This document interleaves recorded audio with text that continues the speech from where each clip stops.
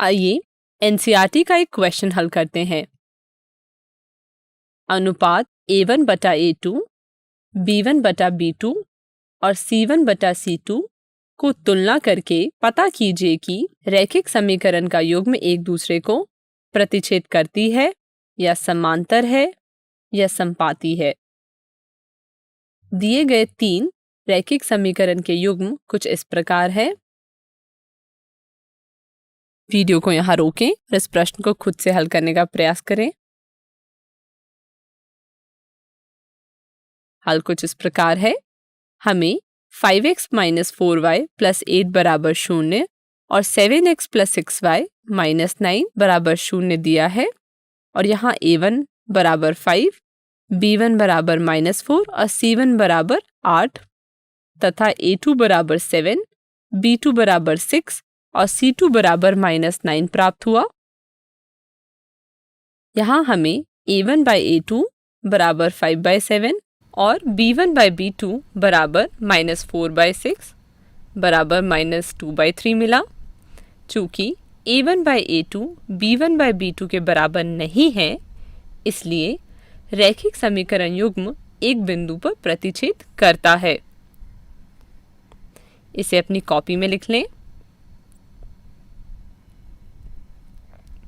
इसी प्रकार क्वेश्चन का दूसरा और तीसरा भाग भी कर लीजिए। यह दूसरा पार्ट का हल है। इसे अपनी कॉपी में लिख लें। यह तीसरा भाग का हल है। इसे भी अपनी कॉपी में लिख लें। आइए अब एनसीईआरटी के कुछ और प्रश्न भी करते हैं। रैखिक समीकरण 2x + 3y - 8 = 0 दिया है और दूसरे 2 चर वाले रैखिक समीकरण लिखे जो दिए हुए रैखिक समीकरण को प्रतिच्छेद करें या समांतर हो तथा संपाती रेखाएं हो। वीडियो को रोकें और इसे खुद से हल करने का प्रयास करें। चलिए अब इसका हल देखते हैं।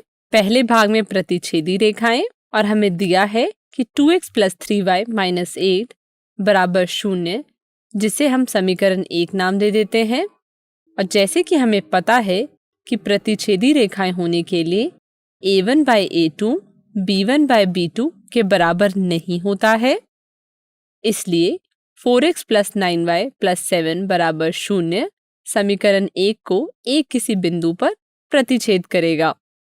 इसी प्रकार और भी बहुत सारे समीकरण मिलेंगे जो समीकरण 1 को एक बिंदु पर प्रतिच्छेद करेगा। उदाहरण के लिए x + y = 0 और 3x + 7y + 9 = 0। इसे अपनी कॉपी में लिख लें। इसी प्रकार दूसरा और तीसरे भाग को भी सॉल्व करने का प्रयास करें। दूसरे भाग का हल कुछ इस प्रकार होगा। इसे अपनी कॉपी में लिख लें। और तीसरे भाग का हल कुछ इस प्रकार होगा। इसे भी अपनी कॉपी में लिख लें। आइए एनसीईआरटी का एक और प्रश्न सॉल्व करते हैं। समीकरण x - y + 1 = 0 और -3x + 2y - 12 = 0 का ग्राफ बनाएं तथा x अक्ष और इन रेखाओं से बने त्रिभुज के शीर्षों के निर्देशांक ज्ञात कीजिए और त्रिभुजाकार पटल को छायांकित कीजिए। प्रश्न कुछ इस प्रकार है। वीडियो को रोकें और इस प्रश्न को हल करें। चलिए तब इसका हल देखते हैं। आइए दिए गए समीकरण का ग्राफ बनाते हैं। हमें यहाँ कुछ इस प्रकार का ग्राफ प्राप्त हुआ है। रेखाओं और x अक्ष से बने त्रिभुज का शीर्ष A -1, 0, B 2, 3, C 4, 0 है। अतः इसका शेडेड रीजन कुछ इस प्रकार होगा। इसे अपनी कॉपी में लिख लें।